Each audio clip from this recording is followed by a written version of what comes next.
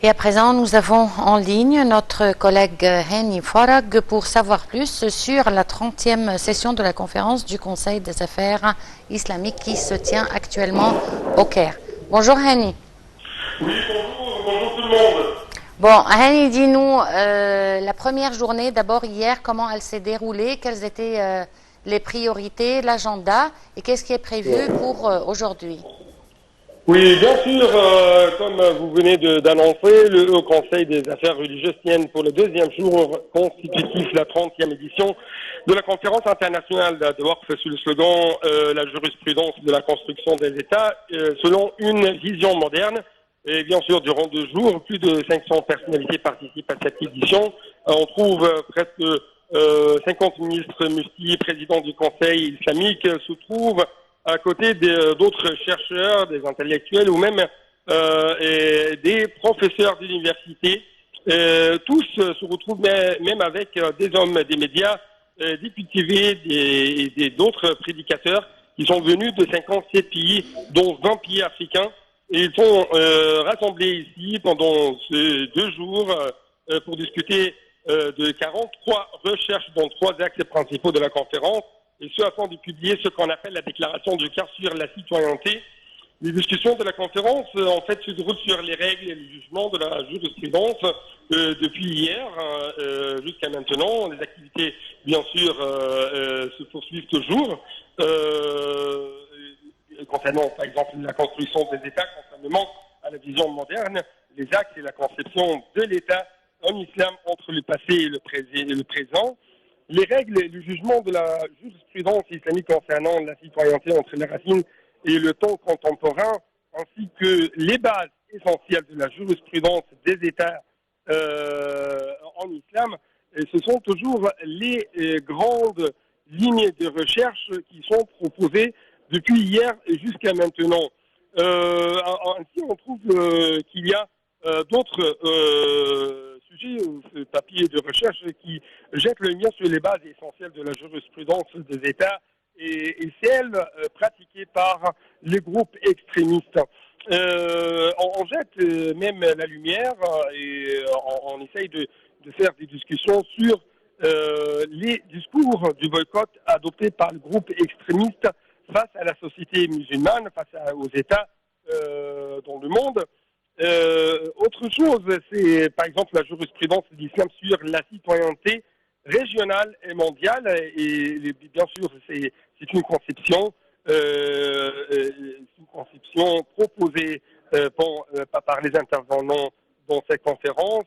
Et après cela, il y a des discussions entre les oulémas en ce qui concerne ces thèmes. Par exemple, on trouve que les effets négatifs de la pensée du groupe extrémiste sur les sociétés, la perception du droit international vis-à-vis de la jurisprudence de la construction des États et les facteurs politiques, économiques, culturels, juridiques et même constitutionnels pour bâtir les États, tout cela sont des thèmes qui ont été débattus par les participants à partir d'hier jusqu'à présent. On prévoit également à la fin de cette conférence un document qui sera publié sur ce qu'on appelle la citoyenneté complémentaire. D'autres recherches ont pour sujet, par exemple, le choix de celui qui règne en islam, l'exemple des élections contemporaines modernes, la position de l'islam à l'égard des régimes politiques modernes et contemporaines. Et également, je dois vous rappeler que des sessions sont consacrées spécialement aux prédicatrices. Et pour la première fois, un nombre des présidents d'universités de différents pays ont été invités à la conférence dans le cadre de la coordination entre les leaders, les dirigeants, même de la pensée religieuse, et les cultiver les éléments afin de répondre le vrai juste de l'islam, la vraie religion de l'islam, pour faire face à l'extrémisme. Hier, par exemple, docteur Mohamed Mokhtar Goum'a, le ministre égyptien des Affaires religieuses, du Waqf, a fait des déclarations très importantes, comme par exemple, la force des États sont une force pour la religion, pour la nation et pour les fils de la nation. Pour l'islam, les États ont une grande importance et le soutien le renforcement de ces États est une exigence religieuse. Toujours, ce sont des messages, si je peux dire, très importants parce que nous sommes dans une phase tout à fait critique et il y a beaucoup d'attaques intellectuelles qui ont été menées par les groupes terroristes. Donc, si je peux dire, même ce sujet ou le slogan choisi par cette 30e édition de la conférence est tout à fait pertinente à travers les commentaires, les réactions que j'ai obtenues pendant les activités de cette conférence. Et je dois également revenir aux déclarations faites par le ministre Mohamed Mokhtar Gouma. Par exemple, sacrifier la vie pour la patrie est une exigence islamique. Et selon lui, toutes les études qu'il a obtenues prêchent le soutien du gouvernement juste est une, ou plutôt, selon ces études, le fait de soutenir le gouverneur juste est une exigence religieuse. Encore une fois, il y avait des notions très importantes faites par lui. La construction des États exige un long processus qui est bâti par le travail, les efforts sérieux. Les nations qui ne produisent pas ne peuvent être indépendantes et les intérêts des nations sont en essence des religions. Et même, il a dit qu'une nation donc va tomber.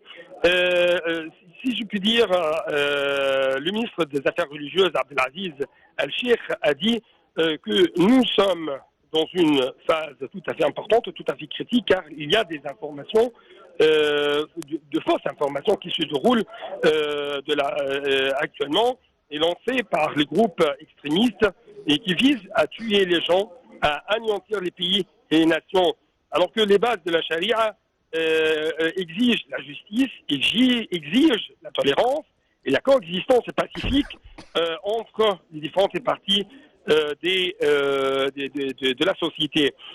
D'autre part, on trouve que le représentant des Émirats Arabes Unis a dit que... Tu m'entends ou pas?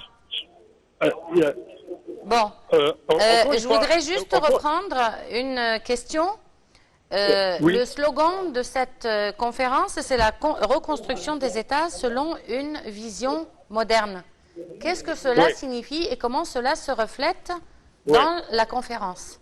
Oui, en fait, si je puis dire, dans les approches adoptées par les groupes extrémistes, on trouve qu'ils essayent d'éliminer toute approche de la modernité. C'est-à-dire, par exemple, permettez-moi de vous révéler avec plus d'explications ce point. Le professeur de fiqh comparé ou de la jurisprudence comparé Abdel Halim Mansour, pendant son intervention au cours de sa conférence, a dit que les groupes terroristes et les entités qui occupent des parties, des territoires des pays musulmans et arabes ne pouvaient être considérés comme des États. Mais ce sont des groupes terroristes traîtres qui œuvrent pour les intérêts de l'ennemi de la nation islamique et n'ont aucune relation avec l'islam. Les États, les sociétés doivent donc faire face à ces groupes à travers tous les moyens afin d'assurer la sécurité aux sociétés et afin d'éradiquer les racines terroristes. Dans son papier de recherche qu'il a présenté à sa conférence, il a dit que plutôt ce papier de recherche est intitulé la construction des bases des États entre le passé et le présent. Il a éclairci que la suprématie des États, ou dont les États plutôt, dont les systèmes modernes reviennent aux masses des citoyens, reliés au but de religion et à la réalisation des intérêts du peuple. Parce que les buts de la charia visent à sauvegarder les religions, la liberté de la croyance, les gens ou l'âme, les fonds ou l'argent et même l'esprit des hommes. Sans lui, par exemple, le principe de la cohérence nationale et patriotique, ou plutôt tout cela, si je peux dire, consacre le principe de la cohérence nationale et patriotique entre les couches du peuple et consacre en même temps le principe de la citoyenneté auquel appelle le juste milieu de l'islam. Toujours, selon lui, selon ce grand chercheur islamique, la suprématie des masses citoyens contre tous les citoyens adeptes des autres religions célestes, parce que tous vivent sur une seule terre, contribuent à la défense de cette terre, contribuent à la construction de cette terre et participent même à choisir ses gouverneurs ou leurs gouverneurs à travers le scrutin direct. Et donc les citoyens choisissent le gouverneur, l'oriente, l'élimine ou même l'isole. Il a perdu le pouvoir de jouer son rôle de la manière exigée par la charia et par la constitution qui exprime la volonté nationale comme il a été réalisé dans la révolution du 30 juin 2013. Bon, Hani, on te remercie beaucoup pour ces informations très détaillées et on te retrouvera peut-être tout à l'heure pour suivre encore les cours de cette dernière journée de la 30e session de la conférence du Conseil des affaires islamiques. Une petite pause et on se retrouve tout de suite.